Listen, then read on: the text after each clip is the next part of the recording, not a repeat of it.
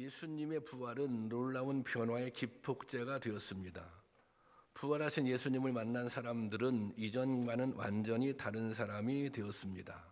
낙심하고 절망하며 포기했던 사람들이 기쁨으로 충만하여 새로운 희망을 꿈꾸는 사람들이 되었습니다. 예수님께서 부활 승천하신 후 이전에는 생각조차 할 수 없는 변화된 모습을 보게 됩니다. 예수님이 돌아가시자 예수님을 따르던 무리들은 두려움과 절망으로 뿔뿔이 흩어지게 됩니다. 하지만 예수님의 승천을 지켜본 후 이들은 기쁨으로 예루살렘에 돌아왔습니다. 그들은 함께 지내며 하나님을 찬양하고 예배했습니다. 이것이 바로 교회 공동체의 시작입니다. 초대교회의 가장 두드러진 특징은 모든 것을 함께 공유하고 통용한 것입니다. 사도행전 2장 44절, 45절 말씀을 보면 제가 보겠습니다. 모든 사람이 다 함께 있어 모든 물건을 서로 통용하고 또 재산과 소유를 팔아 각 사람의 필요에 따라 나눠 주었다. 그렇게 기록하고 있습니다. 이것은 이전에 보지 못한 새로운 공동체의 모습입니다. 이제까지 세상에 이런 공동체는 없었습니다. 가진 자들은 기꺼이 자신의 것을 내어 놓았습니다. 갖지 못한 자들은 필요한 대로 부족한 것을 공급받았습니다. 여기에는 많이 가졌다는 자랑도 가지지 못했다는 자격지심도 없었습니다. 힘 있는 사람도 힘 없는 사람도 배운 사람도 배우지 못한 사람도 많이 가진 사람도 가진 것이 없는 사람도 오직 예수의 은혜로 새 생명을 얻은 하나님의 자녀일 뿐이었습니다.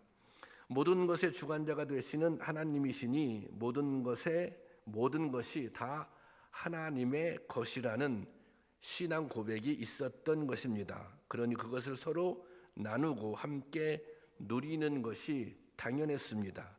이것이 하나님 나라의 모습입니다. 초대교회는 이 하나님 나라를 이 땅 위에 구현한 것입니다.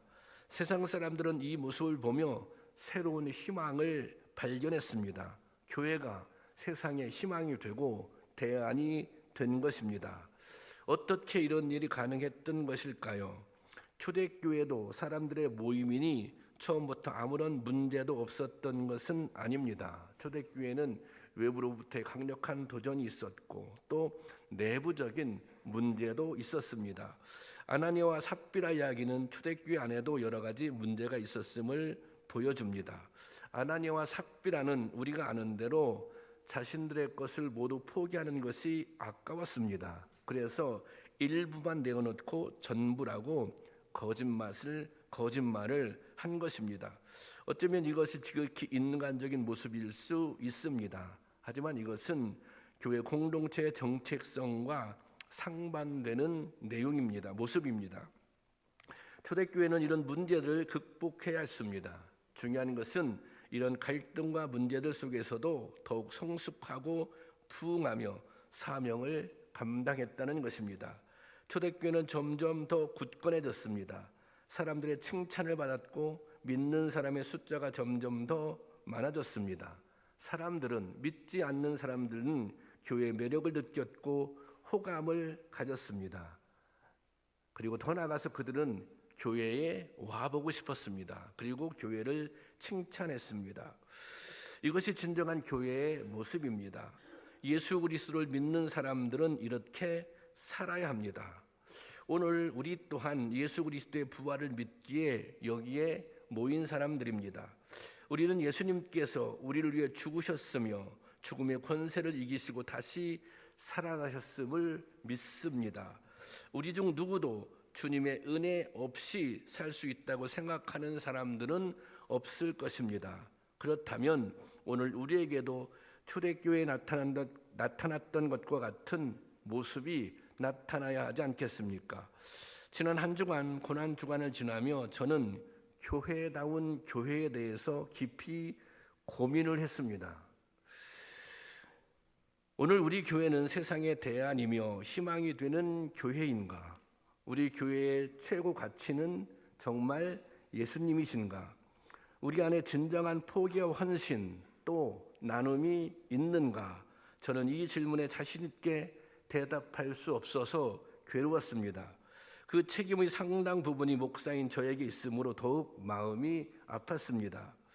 어떻게 건강한 교회, 또 교회다운 교회로 더욱 견고하게 설 수 있을까 하는 고민을 하고 또 기도했습니다. 그런데 고민하고 기도할수록 자꾸만 부정적인 생각이 들어서 저의 마음이 더욱 힘들었습니다. 그런데 주중에 두 분의 성도님을 만나게 되었습니다. 한 분은 우리 교회 권사님이시고 또 한 분은 등록하진 않으셨지만 우리 교회에 함께 기도하시는 분입니다. 두 분은 각각 다른 날에 따로 저를 찾아오셨습니다. 그런데 찾아오신 목적은 같았습니다. 어려움의 시간을 지나고 있는 가족들을 위해 기도하고 있다고, 또 그렇게 말씀하시면서 응원의 의미로 전달해 달라고 정성을 모아가지고 온 것입니다. 익명을 신신당부하셨는데 이렇게 말씀을 드리게 돼서 죄송합니다. 하지만 제가 이 말씀을 드리는 것은 우리에게 희망이 있음을 말씀드리고 싶기 때문입니다. 우리가 부족하지만 그럼에도 불구하고 건강한 교회로 나가고 있다고 하는 것입니다. 그런데 말입니다. 우리가 건강한 교회가 되기 위해서는 우리 스스로 거룩한 부담감을 가지셔야 되고 그 부담감을 감당하셔야 거룩한 건강한 교회가 될 수 있는 것입니다. 초대교회가 굳건한 공동체로 설 수 있었던 것은 그리스도의 사랑 안에서 그리스도 안에서 서로 사랑했기 때문입니다. 가진 자들은 자신의 것을 포기했습니다. 어려운 가족들이 그것을 기꺼이 나누어 가졌습니다. 이것은 일찍이 예수님께서 보여주시고 가르쳐 주신 사랑의 모습입니다. 신앙은, 믿음은 말로 고백되는 것이 아니라 삶으로 고백되는 것입니다. 저는 조심스럽게 전해주신 그 성도님들의 마음에 감동했습니다. 비록 목사는 부족할지라도 성령께서 인도하고 계심을 느꼈습니다.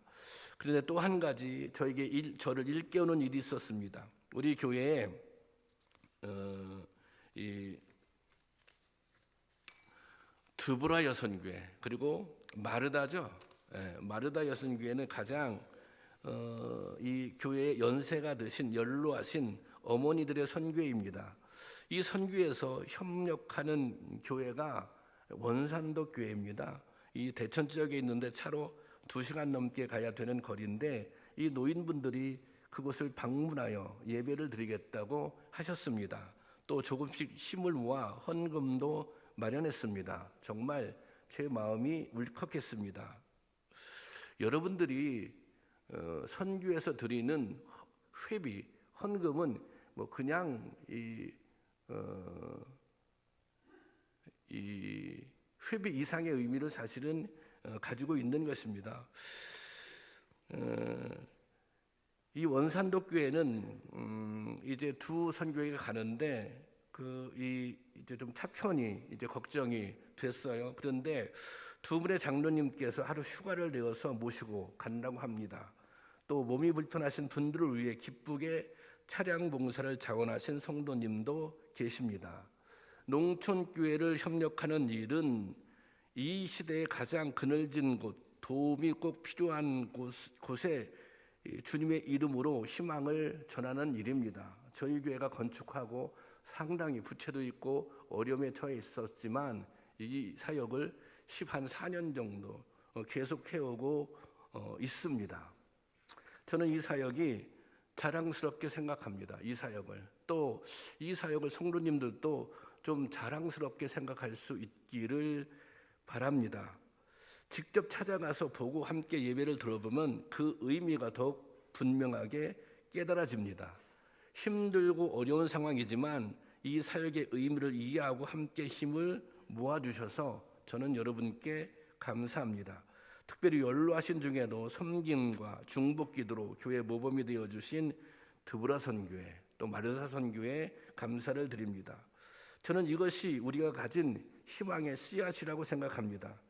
우리가 초대교회처럼 되기에는 아직 부족한 것도 많고 고쳐야 할 것도 많은 것이 사실이지만 희망이 있다고 하는 것입니다. 왜냐하면 우리 안에 예수님이 계시기 때문입니다. 우리 안에 건강한 교회에 대한 열망이 있기 때문입니다. 여러분, 예수님은 골고다 어딘가 무덤 속에 잠들어 계시지 않습니다.